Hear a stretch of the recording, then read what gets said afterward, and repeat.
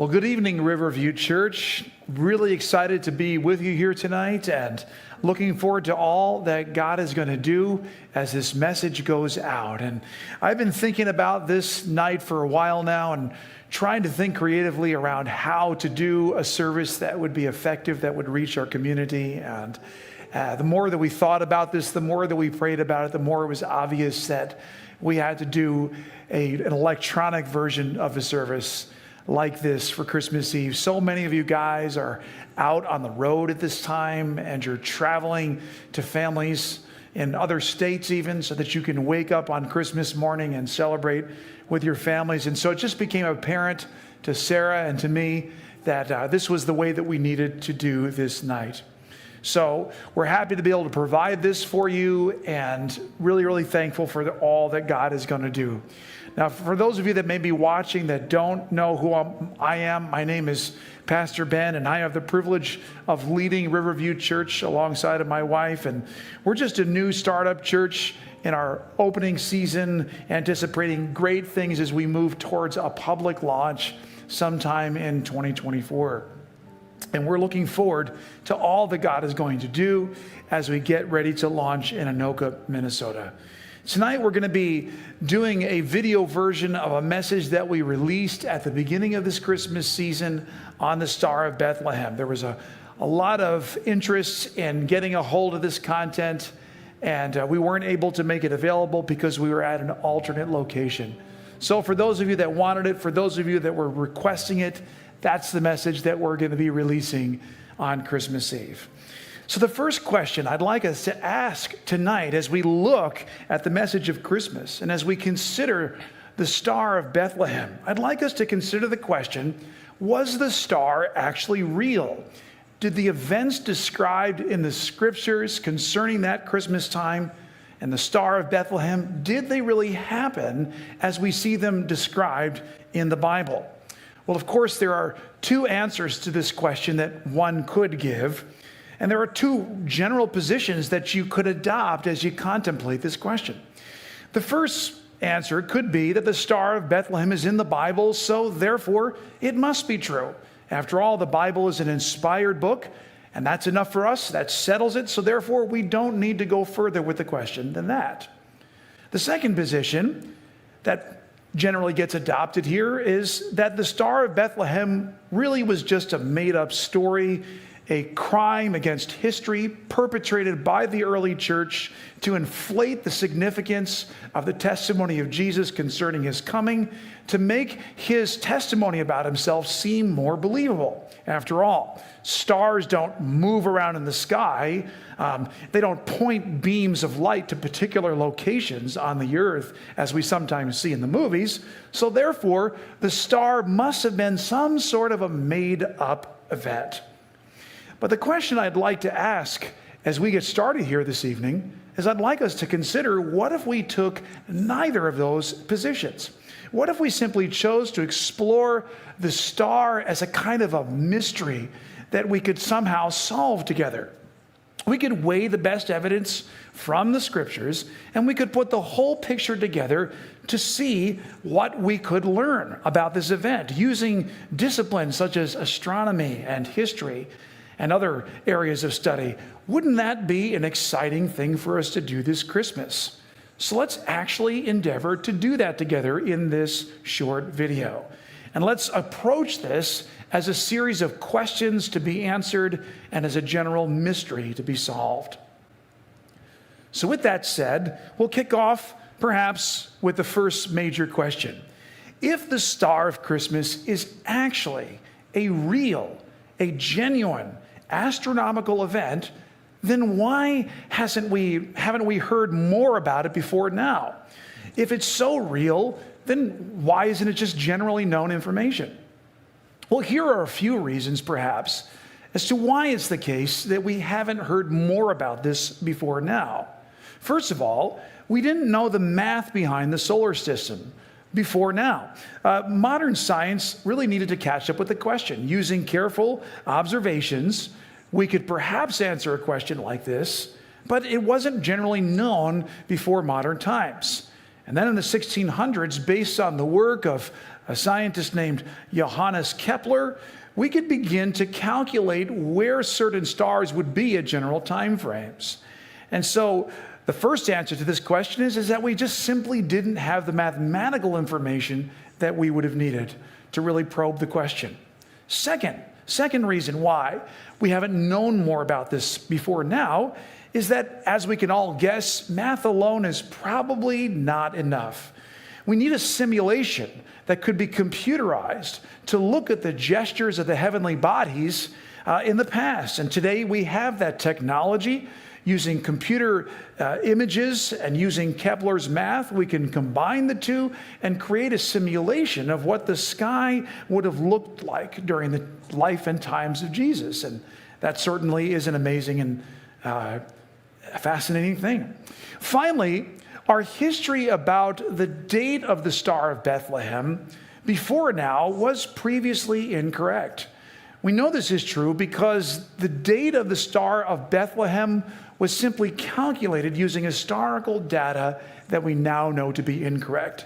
And so because of these three reasons, we really haven't known very much until now. So let's begin to dive in now, and let's look at perhaps why it's the case that, for example, the date of the Star of Bethlehem was previously wrong. You see, Johannes Kepler did his math of the solar system, and after he had done this, he immediately became fascinated as he looked to the scriptures. Could it be possible, using his observations, to trace the star of Christmas? And so he immediately began doing this.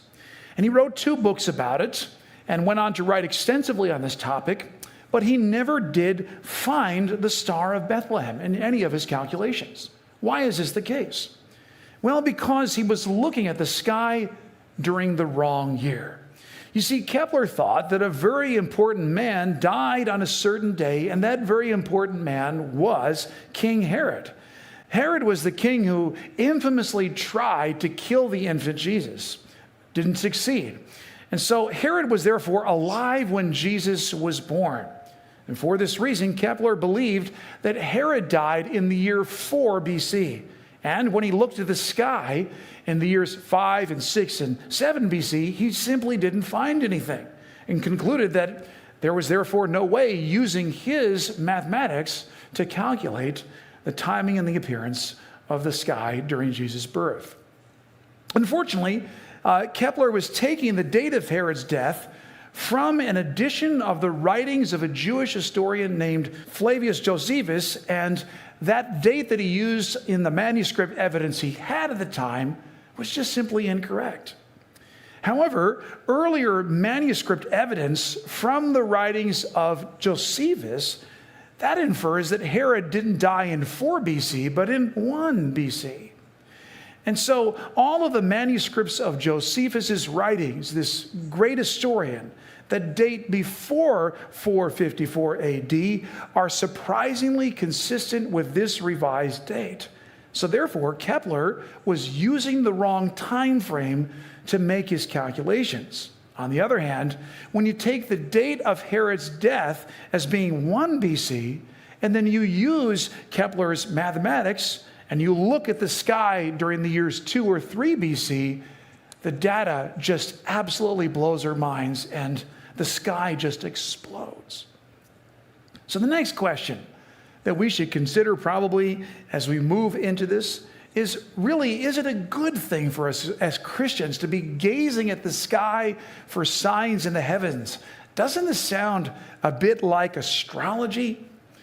However, the answer might surprise us. In actuality, if we look to the scriptures, God takes credit for the creation of the heavens and encourages us to view signs in the heavens in precisely this way. Let's start by looking at the oldest example in the Bible of God's descriptions of the heavens. In the book of Job, we see that God is already, in the first book of the Bible, speaking about the stars and causing us to look to them for the purpose of being in awe of the Lord and worshiping Him. In Job chapter 9 and verse 9, Job marveled, quote, "God is the maker of the Bear and the Orion, the Pleiades, and the constellations of the south." And then towards the end of the book of Job, in Job 38 God declares to Job, can you bind the chains of the Pleiades? Can you loosen Orion's belt?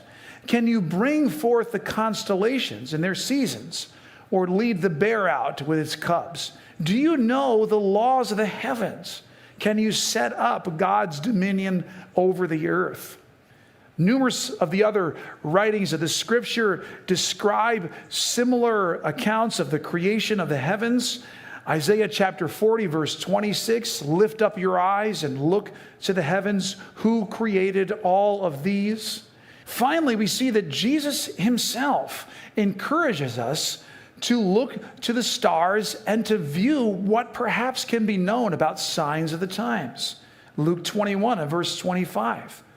And again, these are simply the words of Jesus. Therefore, Jesus says, there will be signs in the sun and the moon and the stars on the earth. Nations will be in anguish and perplexity at the roaring and tossing of the sea. So therefore, the stars can indeed be used to reveal signs from God to us. And that's exactly what we're going to do in this message. We're going to look and see if there were any signs in the heavens at the time of Jesus' birth.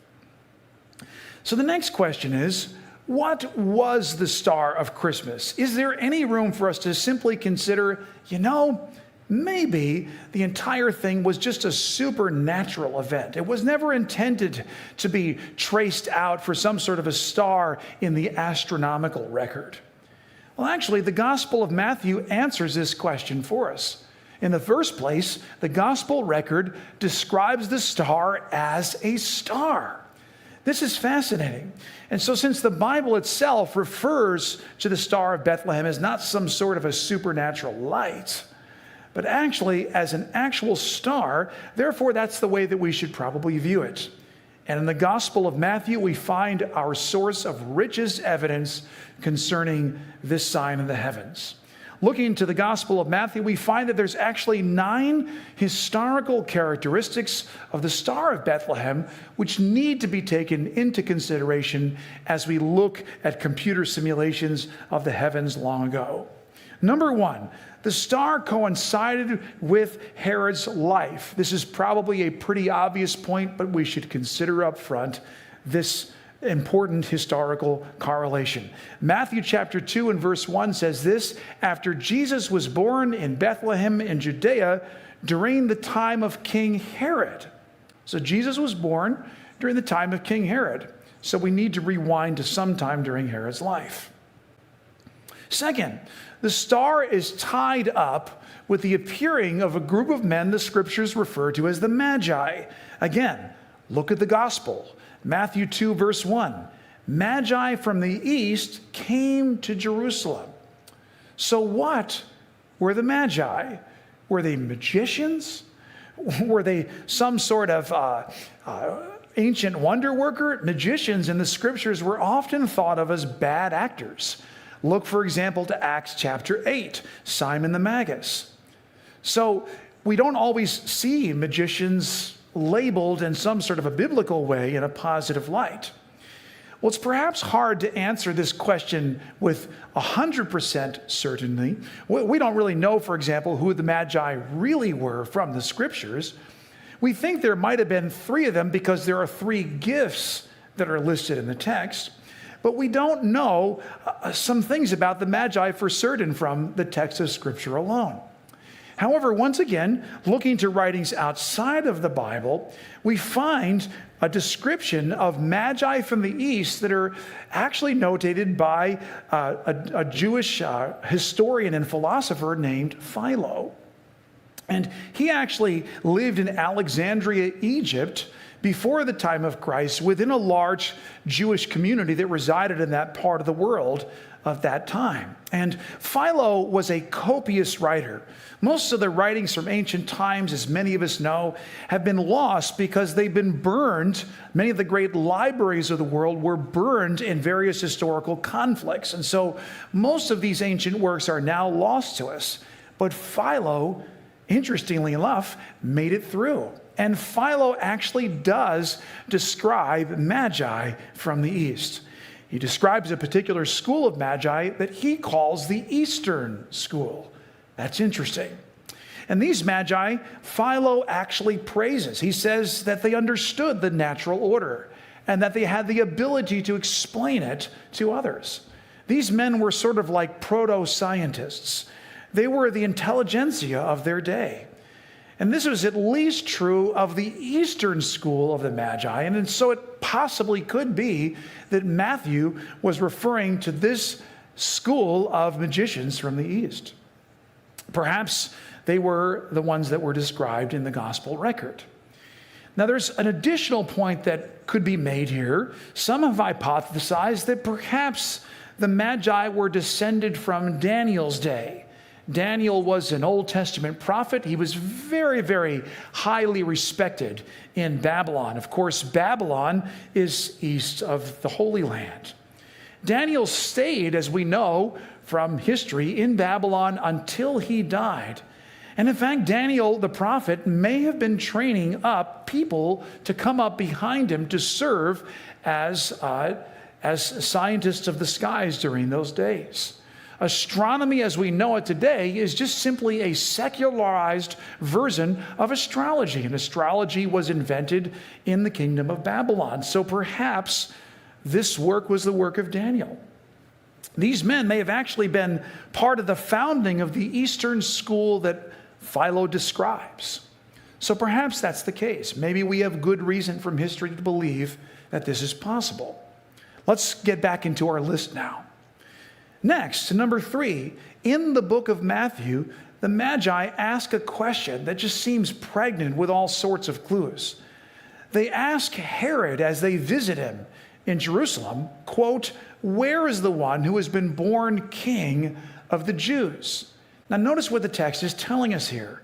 There's actually 3 clues as to the timing of the star that are contained in this one simple statement. First, they mention the birth of the Messiah. Next, they specifically seem to be referencing the Jewish nation.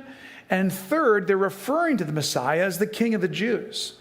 Those are important points for us to take note of. So let's keep that in mind as we continue to walk through these 9 characteristics. Fourth, notice that the Magi say to Herod in verse 3, "We saw his star when it rose in the east." We saw his star when it rose in the east. So some stars, we have to understand as we look up at the canopy of the heavens, they seem to rise in the east. And of course, this is the case of some stars, but not all of them. Pulsar stars, for example, don't appear to move according to that pattern. So that's important for us to keep in mind. The text tells us we saw his star when it rose in the sky in the east. Next, moving on to the latter half of verse 3. Notice that the Magi say, "We have come to worship him." This shows us that the Magi are intending for more than just a simple visit to a Jewish dignitary. They want to worship this new Jewish king. Why would they want to do such a thing? Were these men perhaps influenced by Daniel's Judaism in Babylon? Were they perhaps Jews themselves of genuine Jewish descent? It's going to be important for us to keep this in mind. Next, the text tells us that when Herod heard this, he was disturbed and all Jerusalem with him. Now, why was Herod disturbed at this news? People in those days were accustomed to looking up at the sky and noticing stars as they appeared as the season changed. And so it appears that Herod is genuinely shocked by the appearance of the Magi in Jerusalem. He seemed not to know about the star. He seemed not to know about the star. Again, this is going to be an important detail, so let's keep it in mind. Moving on, the text says to us, when he had called together all the people's chief priests and teachers of the law, he asked them where the Messiah was to be born. And they told him, in Bethlehem, in Judea. For this is what the prophet has written. But you, Bethlehem, in the land of Judea, are by no means least among the rulers of Judah. For out of you will come a ruler who will shepherd my people Israel. Out of you will come a ruler who will shepherd my people Israel. So we see here that Herod looks to the scribes to give him this information. Moving on, the text of Matthew then continues to say in the 7th verse, Then Herod called the Magi secretly and found out from them the exact time that the star had appeared in the sky. In other words, Herod does not know when the star appears. He has to ask when the precise timing of the star appeared in the sky. He apparently doesn't seem to know. We pointed this out just a moment ago. Next, notice that the text tells us in verse 8 that he sent the Magi to Bethlehem and said to them, Go and search carefully for the child. As soon as you find him, report to me so that I too may go and worship him. Moving on, the text says, After they heard the king, they went on their way, and the star they had seen when it rose went ahead of them. Now, interestingly enough, Bethlehem is about 5 miles south of Jerusalem. You can actually see the city of Bethlehem from Jerusalem. So the star was ahead of the Magi. It was ahead of them as they went due south. Now, the 9th and final point that we see in the text of Matthew appears in the 10th verse of the 2nd chapter. It says that the star stopped over the place where the child was.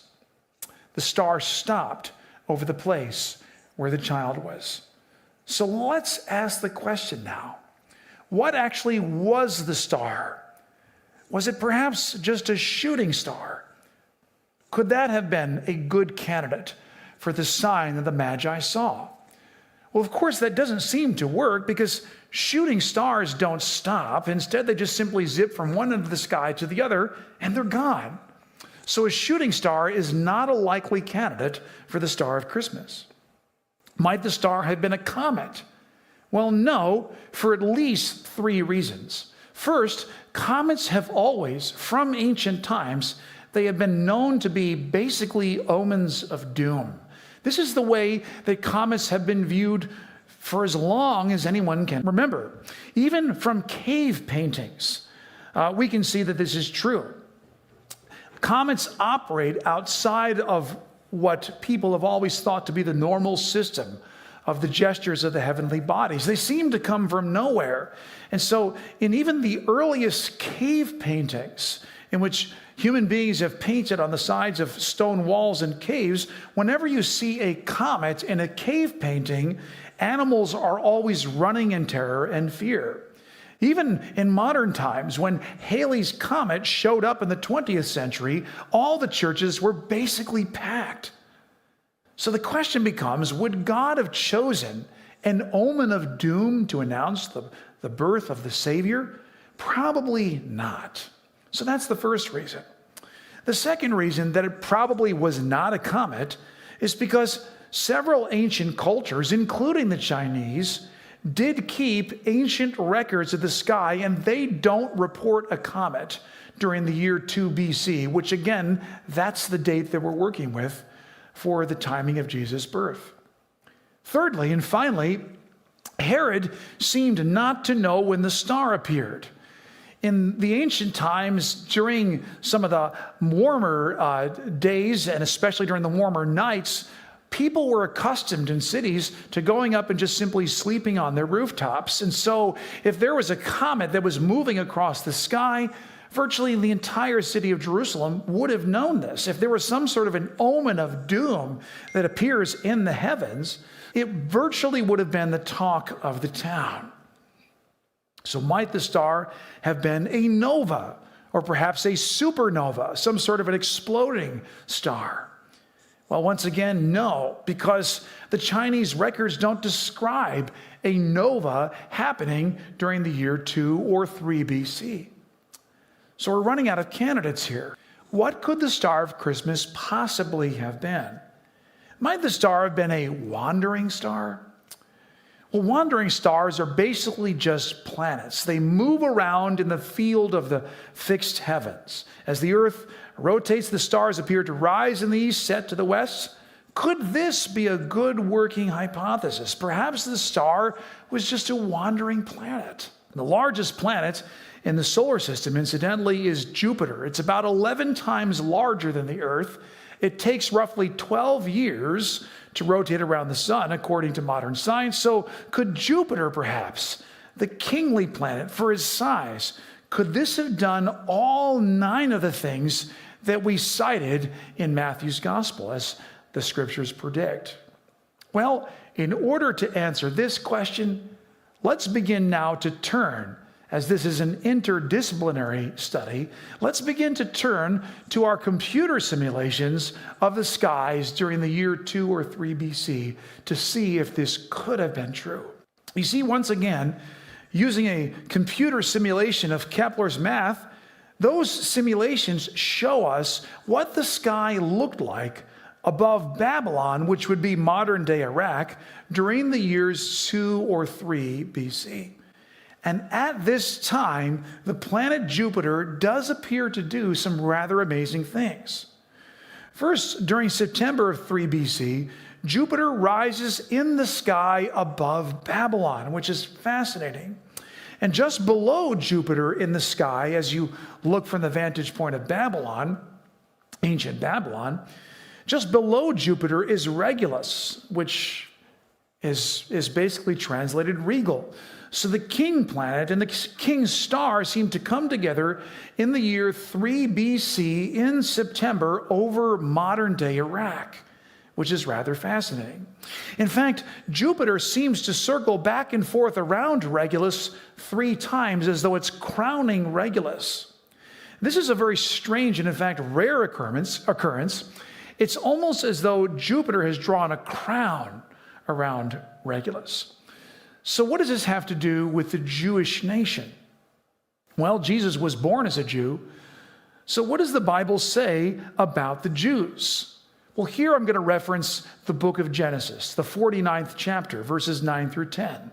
Here we find Jacob's blessing over the 12 sons who would be the 12 tribal leaders of the 12 tribes of Israel.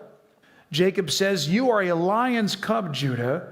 You return from the prey, my son. Like a lion he crouches, like a lion does, like a lioness. Who dares to rouse him?"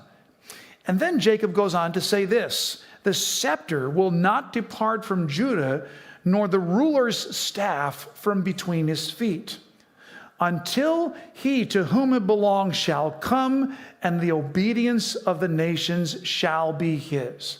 Most Bible scholars who read Jacob's words have always taken this to be an ancient description of the Jewish Messiah. And so it's therefore interesting that the dance of Jupiter around Regulus is happening in the belly of the constellation of Leo the lion in September of 3 BC. That's just fascinating. Next we ask, what does the Bible say? Does it anywhere confirm such a miraculous event as this? Well, incidentally, if you take this time period as a reference and you compare it with the words of Revelation chapter 12, verses 1 through 5, here is what the book of Revelation says. It says, "A great sign appeared in heaven, a woman clothed with the sun, with the moon under her feet, and a crown of 12 stars on her head. She was pregnant and crying out in pains as she was about to give birth." And then the third verse says this, "Then another sign appeared in heaven, an enormous red dragon with 7 heads and 10 horns and 7 crowns on its head. And its tail swept down a third of the stars of the heavens and flung them to the earth. And the dragon stood before the woman who was about to give birth, so that as she bore her child, he might devour it." Now, almost anybody who understands the events of Christmas will look here and immediately see a visionary description of the time of Herod as he waited, seeking to devour the child that was to be born to the virgin. This is obviously a description of the events of Christmas. Notice also that the description is given here that the woman is clothed with the sun. In other words, the sign of Virgo and giving birth to this child clothed with the sun or concealed with the sun, rising in the sky.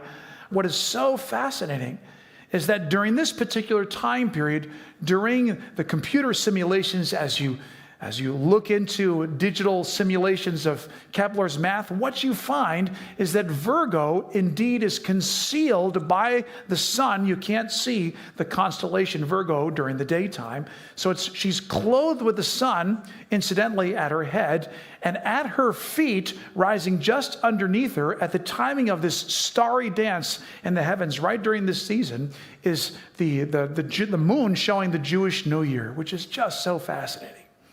9 months later, the planet Venus and the planet Jupiter seem to overlap in the sky. And without a telescope, this simply would have been nothing short of the brightest star in the sky that anyone alive would have ever seen during anyone's lifetime at that time period. So this seems to be the star that was described in the scripture. The brightest light that anyone would have seen in that generation happens during this particular time period in the astronomical record. Fascinating. Finally, we ask the question, how could the star have stopped? Stars don't appear to do that. As you look to the heavens, they just simply cross from one side to the other. And so if you're an early astronomer looking to the skies, you don't necessarily expect stars to stop. So what could Matthew have meant by saying that the star stopped? Well, here, once again, we just simply look to the computer simulation. In Bethlehem's sky, we see that Jupiter does appear to stop in full retrograde motion, what astronomers refer to as retrograde motion, before it begins to about face and turn the other way. During this brief incident, when the Jupiter is in full retrograde motion and appears to pause in the sky over Bethlehem, interestingly enough, and this is perhaps not a coincidence, the exact date of this, according to the astronomical record, is December the 25th of 2 BC. December the 25th of 2 BC. Is it possible that this was the date of Jesus' birth? Well, probably not, because the Magi were visiting Jesus after he had already been born. So probably it's the case that December the 25th is not the exact date of Jesus' birth. But it's interesting that our traditional date for Christmas winds up correlating with the time of the visit of the Magi. Very, very interesting.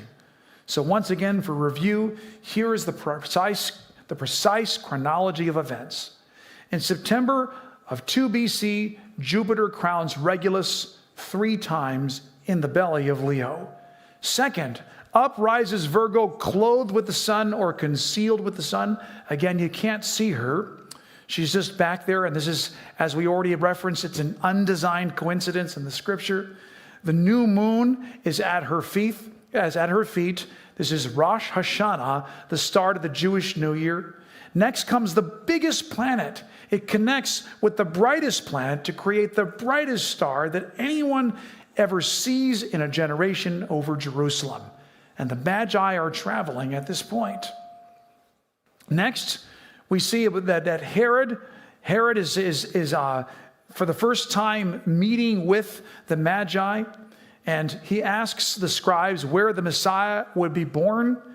And this is November of 2 BC.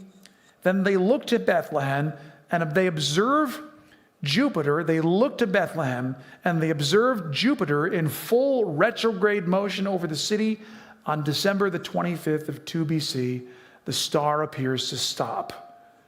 Finally, the text tells us that they discover the toddler Jesus at this point in a house, according to the Gospel of Matthew. Here is how the story concludes. It says in verse 9 and following of Matthew chapter 2, after they had heard the king, they went on their way, and the star they had seen, when it rose, went ahead of them until it stopped over the place where the child was. And when they saw the star, they were overjoyed. And on coming to the house, they saw the child with his mother, Mary, and they bowed down and they worshiped him. Then they opened their treasures and presented him with gifts of gold, frankincense, and myrrh. And having been warned in a dream not to go back to Herod, they returned to their country by another route. So concludes the fascinating study of the Star of Bethlehem. Well, thanks again for watching this video version of our Sunday evening service. I'm so glad that you took the time to view this. If you'd like to give at the end of the year, if you want to remember Riverview Church in your year-end giving, you can do so by following the link that is featured somewhere around this video. And also, I just want to remind you, don't just remember our church plant, but support your local food shelf and your drug rehab clinic in the area as well, because we want to be about the business of giving into the pocket of the poor during this season. So with that said, thanks so much again for supporting Riverview Church in your year-end giving. And we just thank you. And we just say to you, from me, myself, from Sarah, from our whole family, we just want to wish you a very, very Merry Christmas.